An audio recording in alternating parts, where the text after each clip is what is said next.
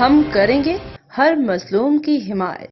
السلام علیکم، میں ہوں حرین فاطمہ اور آپ دیکھ رہے ہیں حمایتی نیوز HD چینل۔ نظر ڈالتے ہیں آج کی اہم خبروں پر۔ تحریک انصاف کی ہڑتال کی وجہ سے پنجاب حکومت نے سڑکیں جگہ جگہ سے رکاوٹیں لگا کر بند کر دی۔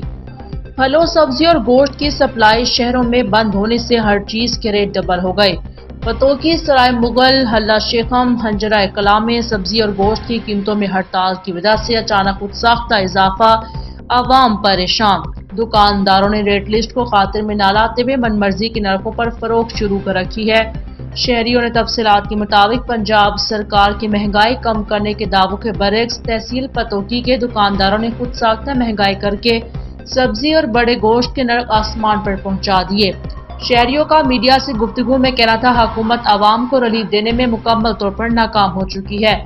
صرف اور صرف دعوے کیے جاتے ہیں کہ عوام کو ریلیف دیا جا رہا ہے، لیکن منافع خوروں کو کنٹرول کرنے کے لیے کوئی اقدامات نظر نہیں آتے۔